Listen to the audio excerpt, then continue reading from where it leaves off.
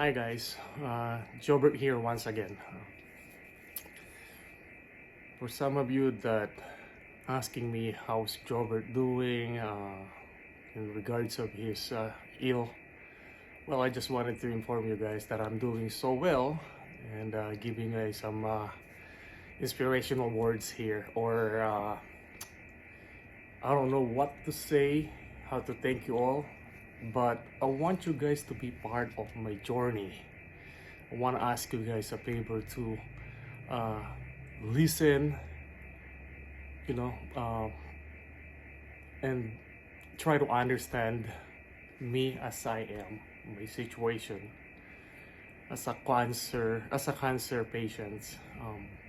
It's not easy, but I believe that things happen for a reason, and I wanna go back to how I found out that I do have this cancer to the present.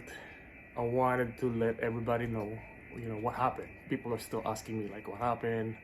How did you get it? What happened to you? What's all? So I would like to create this clip, which is I'm gonna do like 15 minutes per clip or per video, so others can follow me on every part 1, part 2, part 3, whatever, how long would it take. Just hope that you guys can be with me. What I would do is I'm gonna have to talk about everything before I even, the symptoms, and then goes to when was the date that I got diagnosed with this, and to the present, and then from then we will yield on my that journey to my future. At least you guys will be with me on a daily day basis on how I'm doing. If I'm a better person every day, or if I'm getting sick, if I'm dying, if I'm you never know. So I want you guys to be part of this, so please have a time. I'm only asking like 15 minutes per clip, or let's just say 10 to 15 minutes per clip, but again, it might be long. It might be long, so that's why I want to split it into per part. So first is this introduction. So let me just call myself a inspirational speaker, from others, like from my friends, families, and others that know someone that was on the same situation as me, yung may sakit, anong dapat gawin, anong nangyari, what can we do, how can we eliminate this, what do we need to look, or para maging aware kami sa sitwasyon na pinagdadaanan mo. Okay, first of all, let's start about how did I find out na may sakit ako. If there's any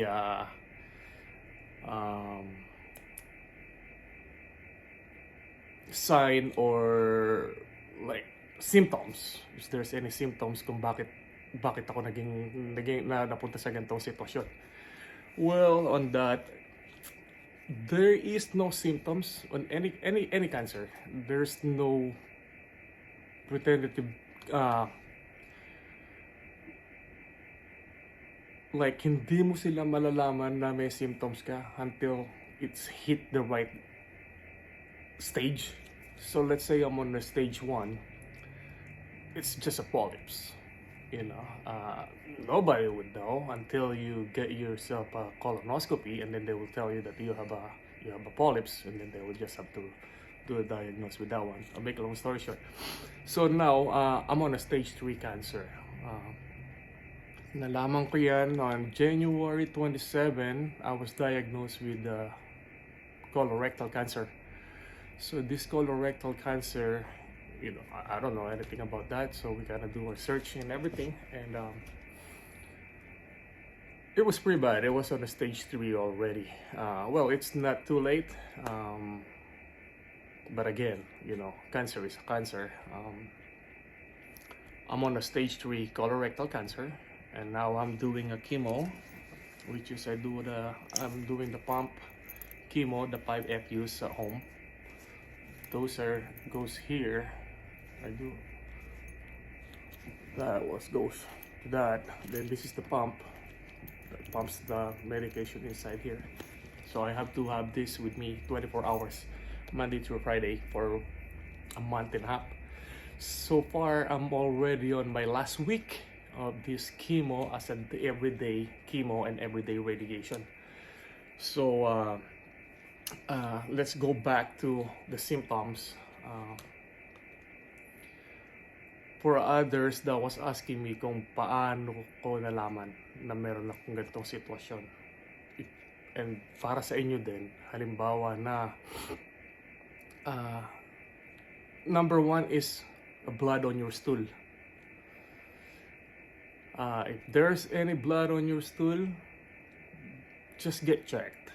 It could be a hemorrhoid. It could be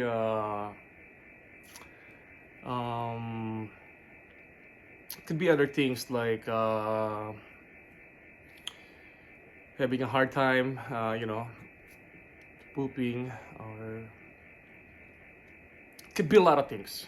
But most of us, especially us as a Filipino, medyo hard-headed, medyo matigas ang ulo. Once we see something, we just kind of ignored it, Oh, it's just an hemorrhoid. Oh, it could be a hemorrhoid. Oh, maybe I'm just this, I'm that. There's a bleed, there's some bleeding on my stool.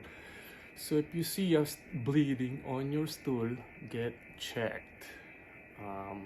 That's what happened to me. I thought I thought I have that hemorrhoid or almoranas.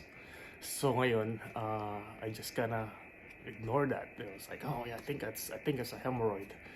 And then it can be a hemorrhoid. Most doctors says like 80% or 90% could be a hemorrhoid, but 10% could be a cancer. Well, apparently I'm on that bad side, which is I thought it was a hemorrhoid until I got to that point that I had to do colonoscopy, and they will find out that I do have a cancer. So how bad it is, 90% to 10% as a cancer, and I'm on that 10%. Because I'm assuming that was just a hemorrhoid. So there you go, that starts from there.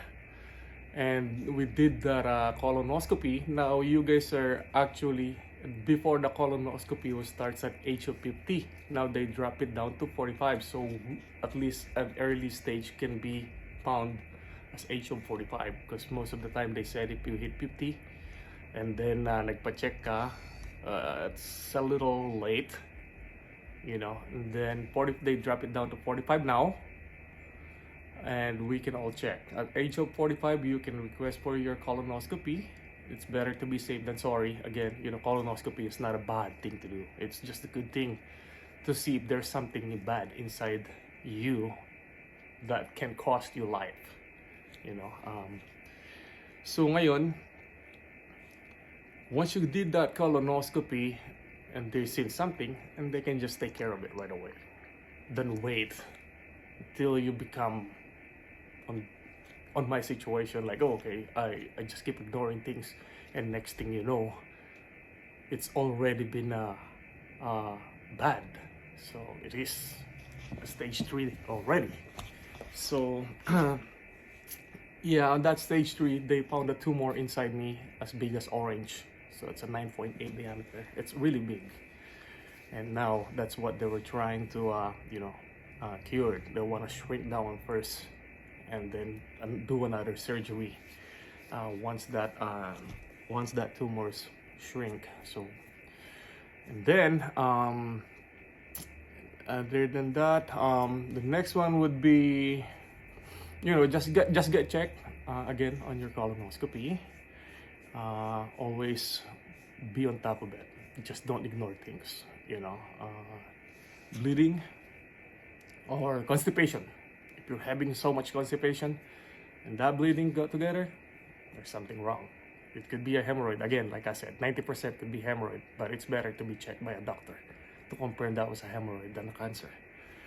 So, yeah, January 27, I was diagnosed with this colorectal cancer, And it was a surprise. That was my daughter's birthday, Jessica, 17th birthday, and we never have a chance to celebrate it. It's because of that shocking, uh, news. So it is pretty tough for us, for me, for Corey, for the kids, to be on that day situated like, oh my God, shocking. But again, things happen for a reason, and I'm not gonna question that. And so we went on that day, and I start losing a lot of blood. From every time I use the toilet, the restroom, sit down on the toilet, it's just bleeding consistently, bad. So that's when I know that I have to go to the hospital. Then they admitted me on that January 27th, and they gave me 4 bags of blood, which is they do the transfusion. I'd lost a lot of blood, so they have to give me 4 bags on that day. And Sunday I went home after giving me 4 bags and get my blood back, going. That don't really resolve any problems, so they just bring those blood back inside that I lost. So ngayon, Monday it starts bleeding again, bleeding and bleeding and bleeding again, and then until Wednesday, I'd waited till Wednesday. It's because I do have a appointment with my surgeon on Wednesday, and she just told me that I'm really on a bad shape, so they have to put me on a hospital right away. So they confirm they have to bring me back to the hospital right immediately on that moment. So that was Wednesday, and then they'll just go from there until they did the surgery on Thursday. And the surgery, what they do is they do the colostomy, colostomy surgery on me. They put a side bag, so that's where I'm gonna stool for now, because they have to close the rectal in order for them to shrink that tumor, so it would stop bleeding. And then those are the time that I was in the hospital for 10 days. So 10 days. And then after that, I get out, and people were just in shock when I tell them that I'm on the hospital due to this, to that, to this. And anyway, a lot of good friends, calling families and everything, so shock, crying, and they thought I'm dying or so, because it's cancer. Really, it's a pretty bad cancer. Once we heard cancer, it's pretty bad, right? But now I'm just waiting for this tumor to shrink. They haven't done the restaging yet, but they will soon. This week is my last week of my everyday radiation and everyday chemo. After this week, my chemo would be Polpox, and that would be twice every 2 weeks. But I don't have any more radiation on daily days. So, good thing. So I just want to keep recovering and, magpalakas, get my energy back. Go out, don't think about being sick. Go out, do things here and there. As you can see, the other day I was out fishing with my kids, just to not to think about any of this, issue.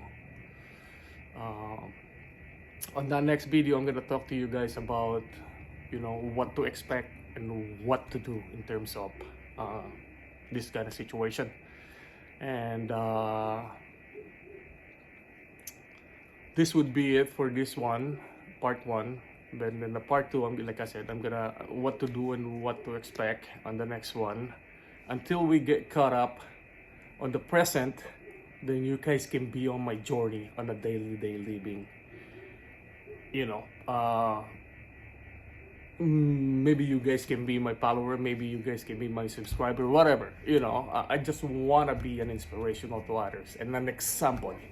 I want to be a good example to all my friends and relatives that was maybe having this kind of same situation that they just don't know. So, wait for that next video. Until next time.